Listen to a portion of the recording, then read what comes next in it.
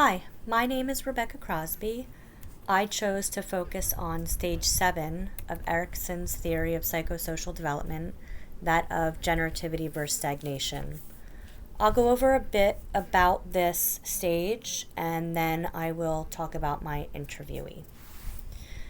Generativity is described as having the propensity to care for the next living generation.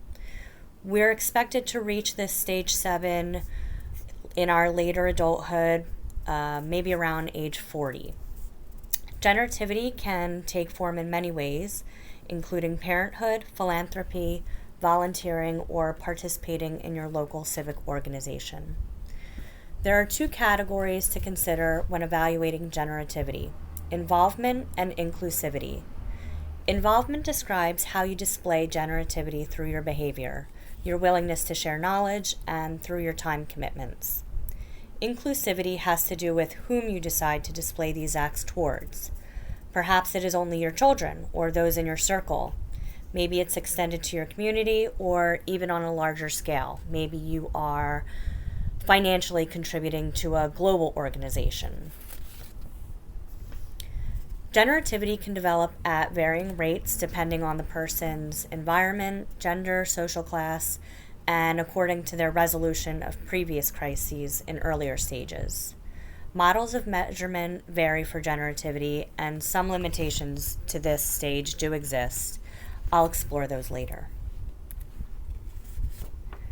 Stagnation is seen as a lack of psychological growth as far as not being able to see past one's own needs. Perhaps one is viewed as narcissistic or self-absorbed, only being able to focus on their own pleasure. Stagnation could impair further development in later stages as well. Generativity and stagnation are not necessarily mutually exclusive. Some studies show that they can coexist at similar levels, displaying varying degrees of involvement and inclusivity. Now I'll talk a bit about my interviewee. She is a family friend. I grew up with her children. She is good friends with my mother, so I've known her for a while. She was very open to talking to me. She definitely talked equally about negative and positive experiences in her life, and she was open to the discussion.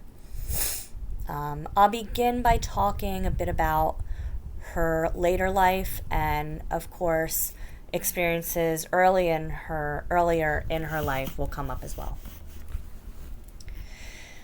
In her 40s, my interviewee's mother became severely ill. This triggered her to become a caregiver for her mother. So this meant she was spending more time at her house, sleeping there, spending more and more time away from her home and more time with her mother. This is particularly important because her husband suffered from PTSD and agoraphobia. He was a Vietnam vet and he struggled with these mental illnesses for his entire adult life. Being as though she was spending more time with her mother, she did internalize a sense that she was abandoning her husband. She did continue to support him through all of this. She worked several jobs most times, and as she was the only working parent, and she managed to lead her own children through adolescence and young adulthood, watching them create families of their own, attend school, and move away. At one point, her husband suffered from a stroke. While in the hospital, his mental health was finally assessed. He began treatment for PTSD and agoraphobia, and during this time, my interviewee's mother passed away. So while this is tragic and sad, she did say that her mother's death left her with more space to reconnect with her husband. So his mental health illnesses were being treated. My interviewee had more energy and space, and they began to enjoy life together. Simple, everyday tasks became an adventure for them. She fondly recalled them spending hours at the dollar store as he began to become comfortable leaving the house again. Within a year, her husband was diagnosed with cancer and he passed away. My interviewee's challenges included the fact that several adults in her life suffered from both physical and mental illnesses. She had difficulty financially supporting two households, that of her own and her mother's. Her children, especially her son, her oldest son, has made it a point to thank her throughout the years for keeping their family together. She considers this a point of pride and accomplishment. Supporting her children through their lives, standing by her husband, caring for her mother. She's proud of this. When evaluating my interviewee's levels of generativity and stagnation, I struggled to find any semblance of her being stagnant. Her life story really revolved around her caring for others, her immediate family, and her community. She always supported her family, showed up for her friends, her neighborhood, even for my own family at times. Her main job was that of a clown, so even that involved caring for children in some capacity. There were no true signs of stagnation. Regarding biopsychosocial factors, we didn't touch too much on biology, with the exception of her grandmother being overweight and generally unhealthy.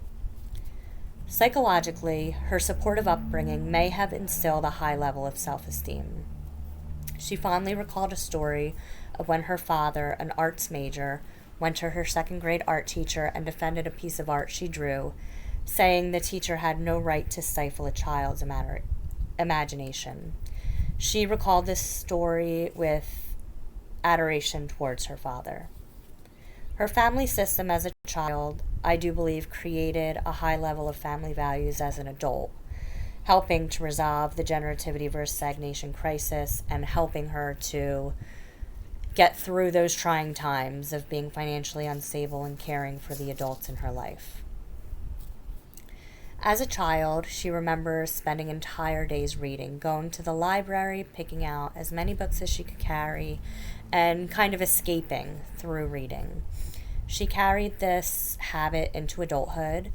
I believe this could be viewed as a healthy coping mechanism as she faced trying times. Socially, my interviewee had a strained relationship with her religious background. She didn't consider herself overly religious, but she did have ties to her community church. She became pregnant at 19 with her first husband, and, well, they weren't married at the time, but after she became pregnant, they got married. She quit college and she took a new direction in her life. She did always display strong friendships and was stable at her many jobs. Points of oppression in her life existed in various realms, beginning with her religion. As I just said, she became pregnant at 19. She didn't see any options. She knew she had to get married. She also suffered from physical abuse from her first husband.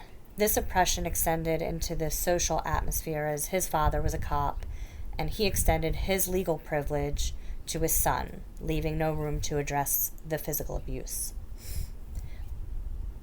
Oppression through existing mental health stigmas also existed.